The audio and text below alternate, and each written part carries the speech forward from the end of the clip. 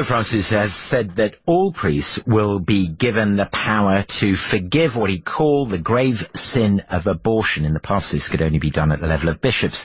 How significant is this for the Catholic Church, indeed for women? Well, we're joined now by two people, Kristan Hawkins, President of Students for Life of America, and Reverend James Martin, a Jesuit priest and editor of America magazine. Welcome to you both. If I can start with you, Reverend James. As a Jesuit priest, I don't know if this includes you, if you'd be given this power, but what do you make of it? Do you welcome this change?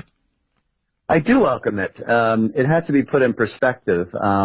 Most priests, at least in North America, had this permission, but there were some dioceses, that is sort of regions, where the permission was kind of reserved to the bishop, and a priest would have to ask permission. And what the Pope is doing is extending it to everyone, so every priest everywhere, and it's, sort of indefinite.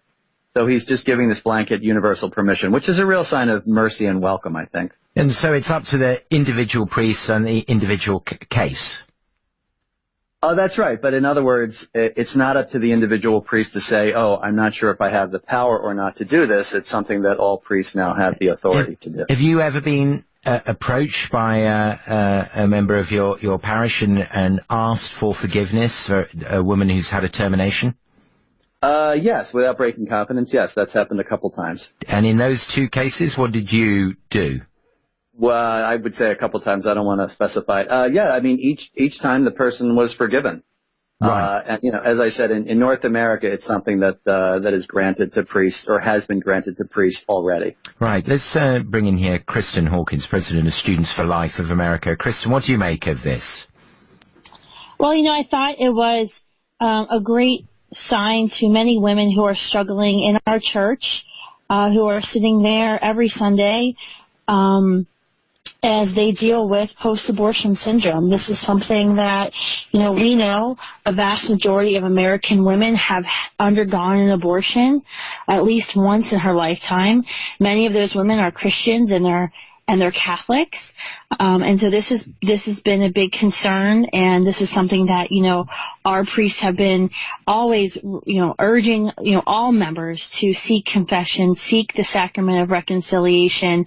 And I think this will help many of those women and many of those men who've been involved in an abortion decision, fulfill that sacrament, seek forgiveness, and be able to start healing. Kristan, it's Paul here. Do you think that it will make it more likely or make it easier for women to have an abortion if it's easier for them to be forgiven by the church? I don't think that this will do that, or what Pope Francis said today will do that. We know in America the reasons why women have abortions. It's most often lack of support from their partner, fear that they're going to lose their job or have to drop out of their school. And so, no woman walks into an abortion facility here excited to have an abortion. She's often there because she feels like she has no other choice. And that's what we strive to do in the pro-life movement, is to show her that she does have another choice, and that there are people who will love her and will support her through this difficult time. So I don't think it's, a symbol to women here that, you can go obtain an abortion, it'll be much easier. Because we know no woman ever comes to this decision lightly, that it's often made out of hopelessness. But both of you believe still, whatever the situation surrounding a termination, you both believe it is a grave sin, is that right? Yes, yeah, and I believe what Kristan said too. No woman takes it lightly, and also this universalization of the forgiveness is not going to suddenly make women, just take it as if it's, something that's, not serious.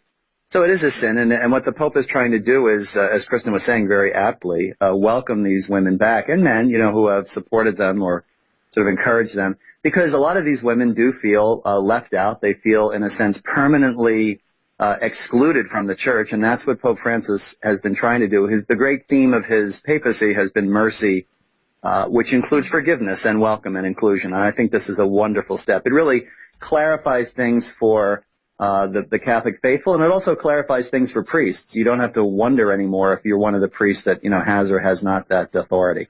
Just very quickly, Reverend, do you have to weigh up a multitude of factors when granting forgiveness, or do you always have to forgive if you are asked?